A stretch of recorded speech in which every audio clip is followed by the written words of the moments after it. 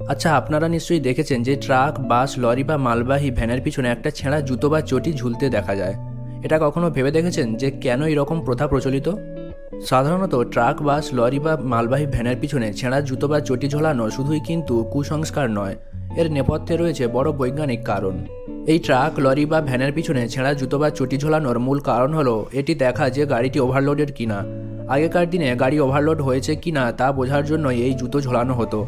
আর গাড়ি ওভারলোড হয়ে গেলে জুতোটা মাটি ছুঁয়ে যেত, এর মানে আর যাত্রী বা মাল আর গাড়িতে তোলা যাবে না। আর জুতা মাটি স্পর্শ না করলে বোঝা যেত গাড়ি এখনও ওভারলোড হয়নি। আজকাল মাল বোঝাই করা ট্রাকের ওজন নেওয়ার অনেক উন্নত পদ্ধতি বার হয়েছে, কিন্তু সনাতনী পদ্ধতি মেনে এখনও অনেকেই ছেঁড়া জুতো বা চটি ঝোলান। সেই পুরনো পদ্ধতিটি কেউ কেউ আজও অনুসরণ করে যান। সেই ট্র্যাডিশন এখনও চলছে।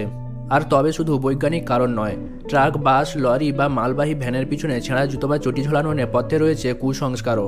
অনেকেই বিশ্বাস করেন ছেঁড়া জুতো ঝোলালে কারো কুনজর পড়বে না গাড়ির উপর, যাত্রাপথে কোনো দুর্ঘটনা ঘটবে না।